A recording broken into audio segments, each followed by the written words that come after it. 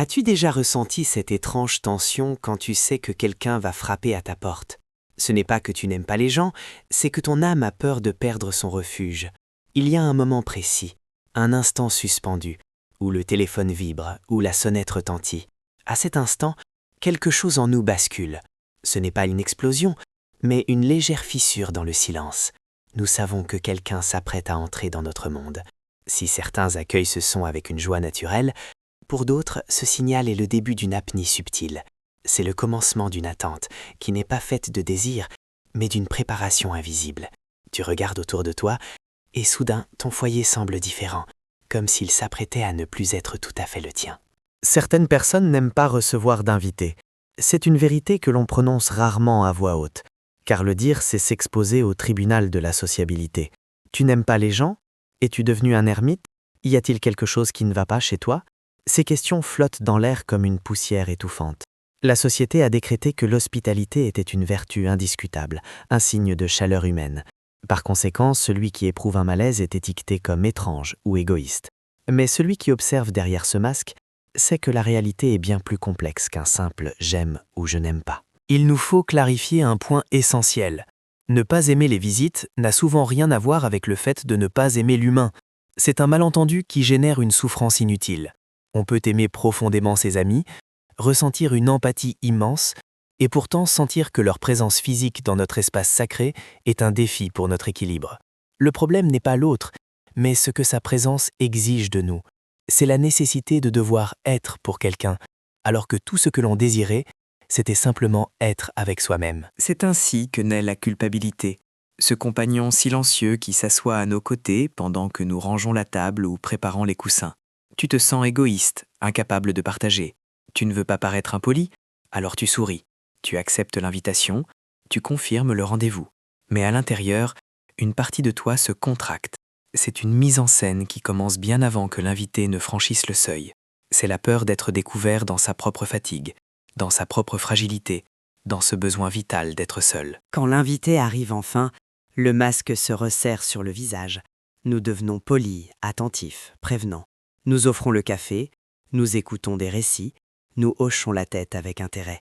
Pourtant, derrière ce sourire de circonstance, il y a un observateur silencieux, une part de nous qui surveille l'énergie de la pièce, qui ressent chaque mot comme un petit poids supplémentaire. Ce n'est pas de la méchanceté, c'est de l'autodéfense. C'est le coût énergétique d'une performance que nous n'avions pas la force de jouer, mais que le monde attend de nous. Si toi aussi tu ressens ce poids léger sur ton cœur, reste avec moi. Nous allons explorer pourquoi cela ne fait pas de toi une mauvaise personne. À cet instant précis, la maison cesse d'être une extension de ta propre peau.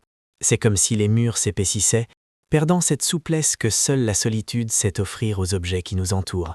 Le canapé n'est plus ton nid, mais un simple siège. La cuisine n'est plus le théâtre de tes rites lents, mais une scène d'efficacité sociale. Pour certains, l'environnement physique est intimement lié à l'état mental. Lorsqu'un élément extérieur pénètre ce périmètre, l'harmonie se brise. Ce n'est pas un manque d'affection, c'est une question de résonance. Ton espace ne vibre plus à ta seule fréquence, et ce décalage crée une fatigue invisible. Il existe une frontière invisible qui délimite notre monde intérieur, une ligne ténue qui sépare ce que nous montrons de ce que nous sommes quand personne ne nous regarde. Pour beaucoup, la maison est l'unique lieu où cette ligne s'efface, où l'esprit peut enfin s'étendre sans se heurter aux attentes d'autrui. C'est le sanctuaire de la vérité brute. Quand quelqu'un franchit ce seuil, cette frontière doit être rétablie d'urgence. C'est comme devoir se rhabiller précipitamment après un bain chaud. Il y a un sentiment de protection, certes, mais aussi une perte immédiate et cuisante de cette liberté d'être nu, spirituellement parlant. Il y a quelque chose de profondément épuisant dans cette invasion délicate. Personne ne casse rien, personne ne crie, et pourtant tu sens que quelque chose te soit dérobé. C'est une érosion silencieuse de ton énergie vitale. Chaque mot échangé, chaque geste d'hospitalité est comme un petit grain de sable jeté dans un engrenage qui ne demandait qu'à rester immobile. Tu t'aperçois que ton attention est constamment fragmentée. Une part de toi est là, présente et cordiale, tandis que l'autre cherche désespérément un angle d'ombre pour se reposer. Cela fatigue de devoir traduire son propre silence en une langue compréhensible pour l'autre. Cette lassitude ne naît pas du mouvement, mais de la fragmentation du soi. En présence d'un invité, ton identité se divise. Tu ne peux plus te permettre d'être incohérent, de rester immobile à fixer le vide. de laisser tes pensées s'éparpiller sans les ramasser. Tu dois maintenir une cohérence sociale, une façade de continuité. Pour ceux qui vivent avec un monde intérieur dense et peuplé, cette cohérence est un fardeau colossal. Ta richesse intérieure devient, paradoxalement, la raison pour laquelle tu recherches le vide extérieur. Tu as déjà trop de vie qui coule en toi pour pouvoir accueillir facilement la vie qui vient du dehors. Parfois, on se sent plus seul lorsque la maison est pleine que lorsqu'elle est vide. C'est une solitude paradoxale, née de l'impossibilité de se connecter à son propre centre alors que l'on est forcé de se connecter à l'extérieur. Tu regardes autour de toi, tu vois des visages familiers, tu entends des rires sincères, et pourtant une partie de toi observe la scène depuis une distance sidérale. Tu te demandes pourquoi tu ne parviens pas à savourer l'instant comme les autres. Cette sensation d'étrangeté n'est pas un rejet de l'autre, mais un cri d'alarme de ta part la plus intime, qui se sent soudainement invisible, noyé sous le bruit de la socialité. La présence de l'autre possède une gravité propre, un poids qui déplace l'axe de tes pensées. Même quand tu es seul, ton dialogue intérieur coule comme un fleuve libre. Mais dès que quelqu'un s'assoit en face de toi, ce fleuve est détourné. Même si l'invité reste silencieux, sa simple existence physique exige une attention constante, un monitoring inconscient. Tu ne peux plus écouter ton propre souffle mental, car le bruit de l'autre, sa façon de bouger, de regarder autour de lui, d'occuper l'espace, devient la fréquence dominante. C'est comme essayer d'écouter une mélodie subtile, alors que quelqu'un bat constamment un tempo différent juste à côté de toi. Il nous faut apprendre à distinguer la solitude choisie de l'isolement subi. Celui qui protège son foyer ne cherche pas à s'isoler du monde par haine, mais cherche une solitude qui soit une nourriture. Il existe une forme de solitude qui est comme un poumon. Elle sert à respirer, à métaboliser ce qui se passe dehors. Sans cet espace, la vie devient une accumulation de débris émotifs non traités. L'invité, malgré ses meilleures intentions, interrompt ce processus digestif de l'âme. Voilà pourquoi la tension que tu ressens n'est pas dirigée vers la personne, mais vers l'interruption de ce souffle vital que seules tes parois savent protéger. Tu te retrouves ainsi à interpréter le rôle du bon hôte, une partition écrite par d'autres il y a des siècles. Tu dois être brillant, tu dois être présent, tu dois t'assurer que l'autre se sente chez lui. Mais dans cet effort pour que l'autre se sente à l'aise, tu finis par ne plus te sentir chez toi du tout. C'est un sacrifice silencieux que la société exige. Tu te déplaces avec précaution, tu calcules tes pauses, tu choisis tes mots pour ne pas paraître distrait. Mais chaque geste de courtoisie est un petit prélèvement sur ton fond de réserve. Tu t'aperçois que la gentillesse, lorsqu'elle est dictée par le devoir et non par l'élan, épuise plus qu'elle ne donne. Au milieu de tout cela, un compagnon invisible apparaît, l'horloge. Tu commences à surveiller le temps avec une précision presque douloureuse. Ce n'est pas que tu souhaites la fin de la soirée par impolitesse, mais tu la souhaites par survie. Chaque minute qui passe est un pas de plus vers la reconquête de ton territoire. Tu te demandes combien de temps il reste avant de pouvoir enfin enlever tes chaussures, éteindre les lumières superflues et laisser ton esprit s'effondrer sans avoir à le maintenir debout pour quelqu'un. Ce décompte secret te fait culpabiliser, mais c'est le seul moyen que tu connais pour gérer l'invasion, savoir qu'elle a un terme. Parfois, nous comptons les minutes non pas parce que nous voulons qu'ils partent, mais parce que nous avons besoin de nous retrouver. La société nous a inculqué que l'hospitalité est la mesure de notre humanité. Si tu ouvres ta porte, tu es considéré comme une personne de cœur. Si tu la gardes entr'ouverte, tu sembles manquer de quelque chose d'essentiel. Cet archétype ancien pèse sur nos épaules comme un manteau de plomb. On nous a dit que la générosité se mesure en mètres carrés partagés et en heures dédiées au récit d'autrui. Mais personne ne nous a jamais parlé de la générosité envers soi-même. Personne ne nous a expliqué que protéger son silence n'est pas un acte de fermeture au monde, mais un acte de respect envers sa propre écologie intérieure. Une préservation du moi. Ce que tu éprouves n'est pas une simple anxiété, c'est une stratégie de survie émotionnelle. Pour ceux qui vivent constamment exposés aux stimuli du monde extérieur, la maison représente la dernière ligne de défense. Défendre ses frontières signifie protéger son intégrité. Quand tu sens cette tension monter alors qu'un invité occupe ton fauteuil préféré, tu n'es pas méchant. Tu réagis simplement à une violation de ton espace vital. C'est ton instinct qui t'avertit que tes réserves sont à bout et que tu as besoin de couper les ponts pendant un moment pour ne pas te disperser complètement dans le chaos des autres, pour ne pas t'évaporer. À l'extérieur, rien ne transparaît. Tu continues de verser le vin, de sourire aux plaisanteries, de maintenir le ton de ta voix calme et accueillant.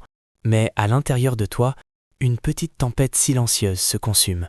C'est un chaos fait de pensées non dites et de désirs de fuite. Tu te trouves dans une étrange forme de suspension. Tu n'es pas tout à fait présent dans la conversation, mais tu n'es pas non plus assez seul pour te détendre. Tu es dans un no man's land, un limbe émotionnel, où la seule chose réelle est la tension musculaire dans tes épaules. C'est le poids de porter une atmosphère qui ne t'appartient plus vraiment. Puis arrive enfin l'instant du départ, le moment où la porte se ferme et où le son des pas dans le couloir s'atténue jusqu'à disparaître. À cet instant, quelque chose de magique et presque sacré se produit. Tu prends ta première véritable inspiration profonde de la journée.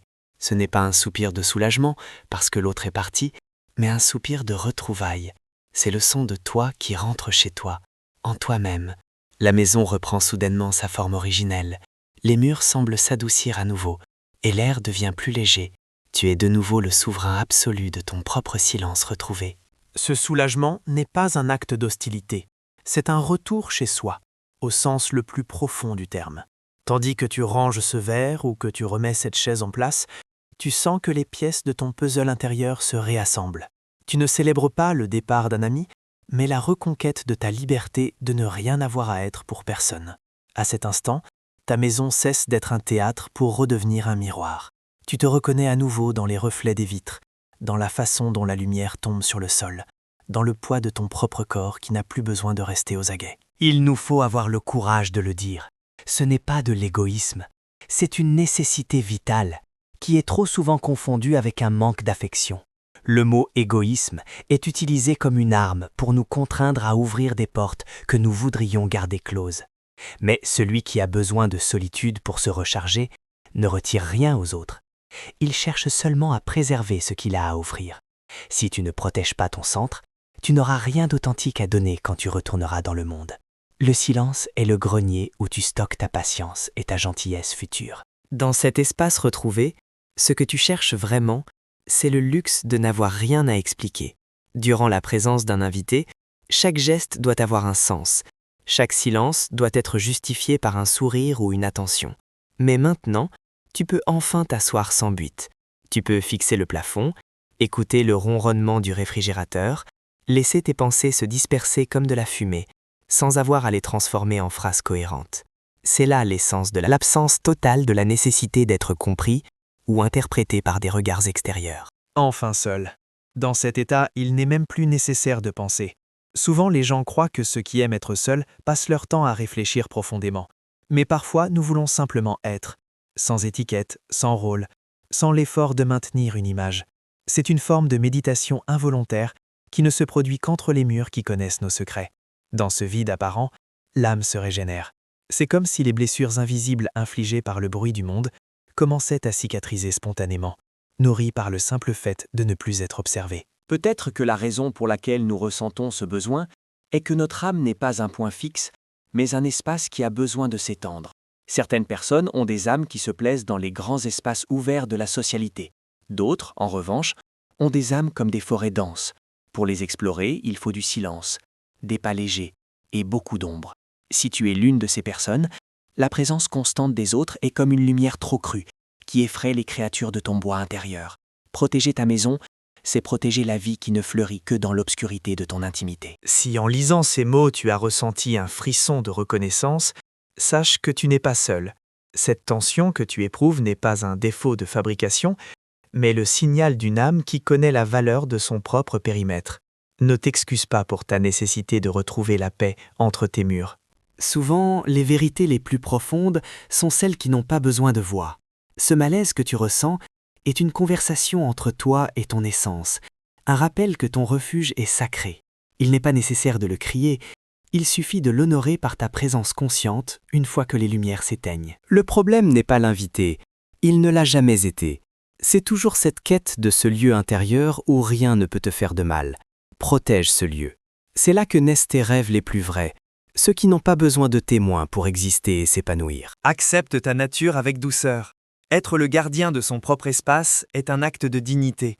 Quand enfin tu t'assoiras dans l'obscurité de ta chambre retrouvée, qui saura que ce silence n'est pas vide, mais qu'il est rempli de toi. Et cela suffit. Protéger son espace est un acte d'amour envers soi-même. Si cette vidéo t'a aidé à te sentir moins seul dans ta quête de silence, abonne-toi à notre refuge.